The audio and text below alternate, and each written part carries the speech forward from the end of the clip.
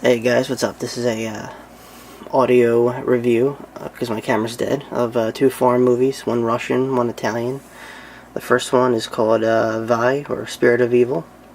It was written by Nikolai Gogol, and was directed by Konstantin Yurshov and Grigory Kropotchov. Probably butchering these names, but you know.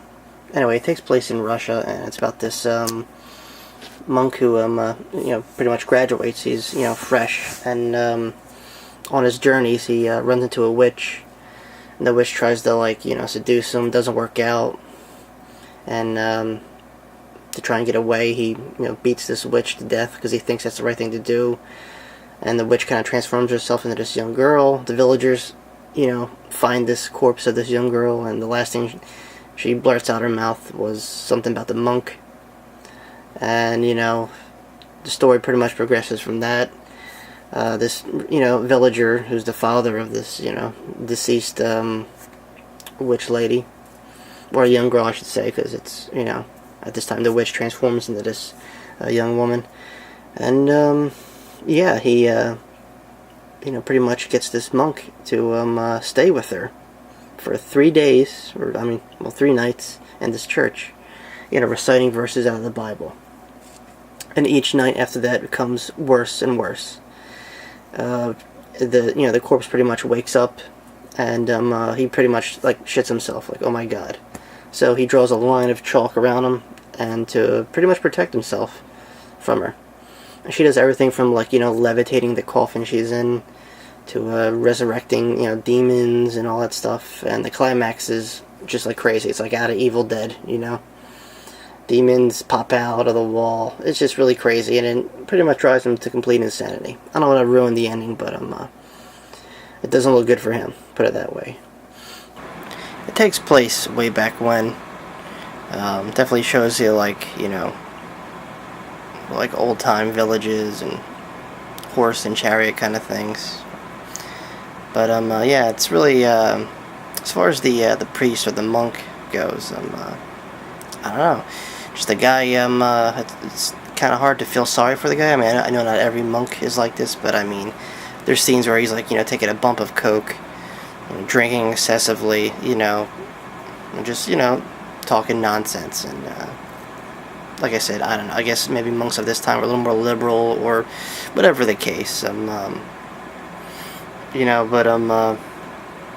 the end, the madness kind of takes full effect, and definitely takes a hold of him. All in all, I liked the movie. I thought it was pretty cool for a early Russian film, especially during the Soviet era. And, they had a lot of restrictions, so for them to get away with kind of a horror-ish kind of movie, folklore stuff, I thought it was really cool.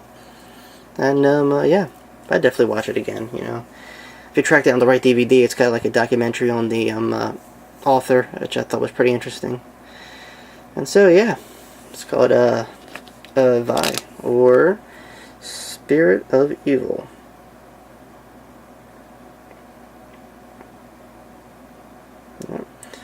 Alright, and the next one is a Italian film called Contamination, or Alien Contamination. It's from a Italian director named Luigi Cozzi.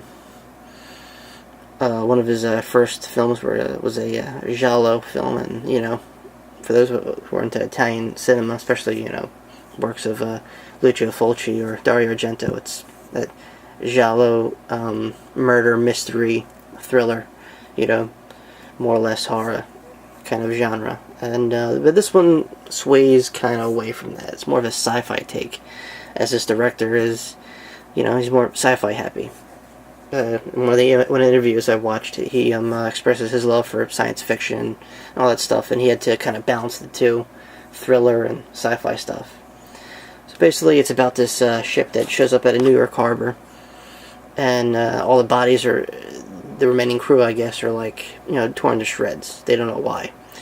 They stumble upon the cargo, and it's these little alien eggs that, once they burst, and if they, get on you, pretty much, you literally explode. No kidding. it's a silly concept, and as the movie progresses, you can see where the director tries to balance the two genres, being the thriller and the sci-fi. Like, the sci-fi aspect being these alien eggs that are mysteriously being shipped around,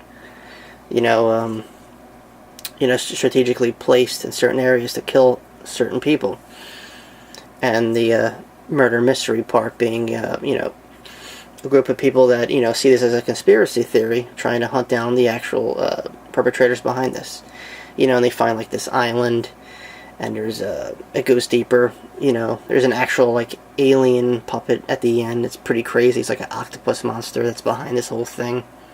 Yeah, they actually track it down to a South American coffee plantation. That's what they're supposed to be, like, disguised in.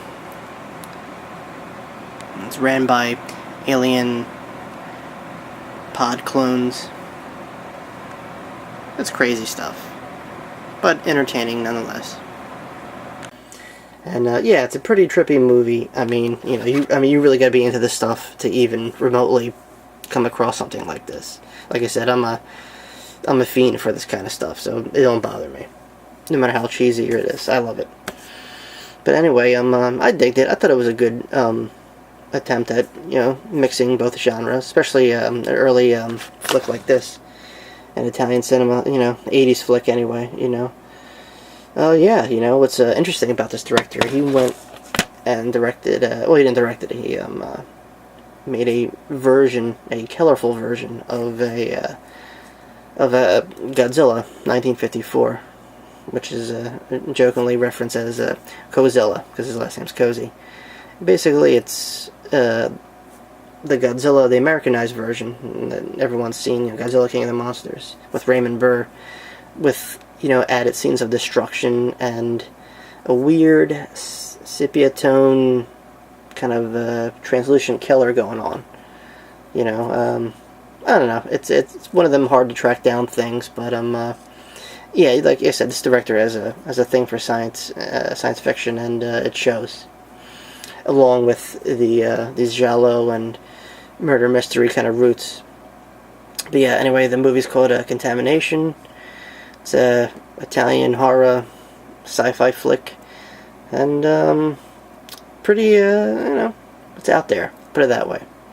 But another tidbit here is the soundtrack's done by Goblin, and Goblin is basically it's this Italian kind of psychedelic rock band that that they specify in movie scores. And if you listen to any of Dario Argento's earlier work, they score a good amount of his movies and other Italian films. So that pretty much raises the bar on this movie. But yeah, all in all, I digged it. It's different, kind of step away from the stalk and slash you wouldn't normally see in these kind of movies. The director now, he runs a store or shop in Italy dedicated to memorabilia and all different sorts of collectible items dealing with Dario Argento. And, all his epic giallo films. And, yeah, it's pretty cool. Like I said, a nice mix of two genres in one, I think. And a great score. And, yeah, everyone pretty much played their part. Those are my two reviews for foreign films. Like I said, I'm going to try and churn these out whenever I can. Sometimes there'll be double headers like this, and sometimes there'll just be one lengthy review of one movie, depending on the type of film and movie, of course. Alright, well, thanks for listening, and hope you stop by and check out my page again. Alright, talk to you later. Peace.